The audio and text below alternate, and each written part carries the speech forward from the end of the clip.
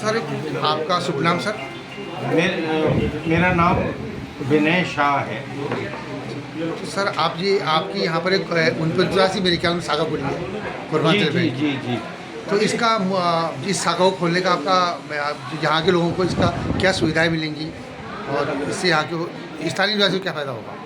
देखिए, जैसे कहते हैं, हम गैस गोदाम रोड और इसके आसपास के क्षेत्र में इसको डोर स्टेप बैंकिंग कहते हैं, ताकि यहाँ के लोगों को अपने अपने घर के नज़दीक ही चाहे डिपॉजिट की फैसिलिटी हो, चाहे छोटे कारोबारियों को अपने काम बढ़ाने के लिए जो कभी कभी आर्थिक सहायता मदद चाहिए, सीसी लिमिट चाहिए काम बढ़ाने के लिए, उसके लिए उनके लिए कन्वीनियंट हो।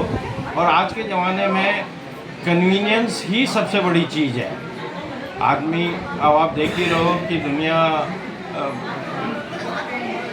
डिलीवरी 10 मिनट में जाती है, तो कन्वीनियंस बैंकिंग की तरफ हम सोचते हैं हम कि यहाँ के समाज को कन्वीनियंस बैंकिंग की तरफ ले जा पाएंगे। कन्वीनियंस की बात आप करते हैं, अभी तक पूर्वांचल बैंक क्षेत्रीय बैंक में सबसे बड़ा बैंक है, तो गूगल पे जैसी व्यवस्था नहीं है और हाथों हाथ वाली व्यवस्था नहीं है। देखिए, इसके लिए क्या कर रहे हैं? देखिए, ऐसा है कि सब कुछ स्टेप बाय स्टेप होती है। अगर आप 1.5 साल पहले देखें तो 1.5 साल पहले हमारे पास इंटरनेट बैंकिंग नहीं थी। रिजर्व बैंक ने अब हमको इंटरनेट बैंकिंग दे दी है और हमारी एप्लीकेशंस मोबाइल बैंकिंग की तरफ इस समय प्रोसीड कर रही हैं। और आप लोगों की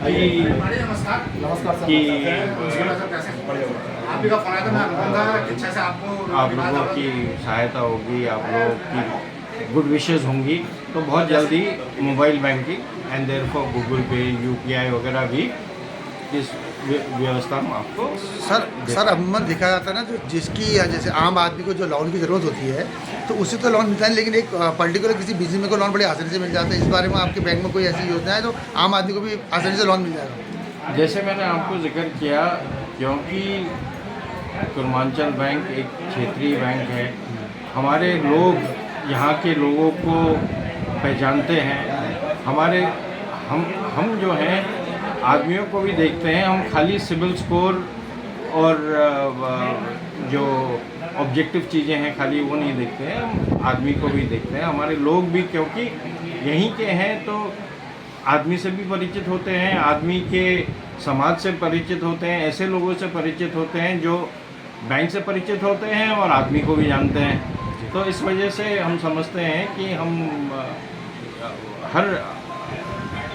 हर स्तर के आदमी की हम मदद कर सकते हैं, जेन्युइन आदमी की। इस समय देखा जा रहा है साइबर क्राइम का बोलबाला है, तो इसमें निपटने के लिए क्या? सॉरी, मैं आपको थोड़ी करेक्ट करना चाहूँगा। जी जी। आई वुड नॉट से कि the correct word is cyber crime का बोलबाला है। हाँ।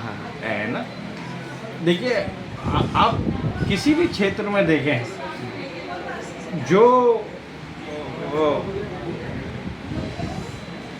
लॉ को तोड़ते हैं या लॉ को सकमवेंट करते हैं, वो आम आदमी नहीं होता, वो ज़्यादातर ऐसा आदमी होता है जिसकी बुद्धि बहुत तेज होती है। यस है, और क्योंकि वो अपनी बुद्धि गलत रास्ते में लगा देता है। जी जी। और ये तो हमेशा रहेगा कि जो हैकर्स हैं, हाँ। जो ये हैं, वो जो आप कहेंगे इंस्टीट्यूशंस हैं, उससे एक स्टेप आगे रहने की कोशिश करेंगे। बैंक क्या कर रहा है? बैंक भी तो कुछ करेगा। देखिए, बैंक साइबर सिक्योरिटी की तरफ जितना इस समय बैंक्स का इन्वेस्टमेंट हो रहा है, जी जी। क्योंकि 2 तरह से आप, इनफैक्ट 3 तरह से आप इसको अटैक कर सकते हैं। सबसे पहले टेक्नोलॉजी से, नंबर 2 साइबर सिक्योरिटी के लिए जो लेट्स से सॉफ्टवेयर्स हैं, उसमें बैंक्स को कभी कंजूसी नहीं करनी चाहिए। यस।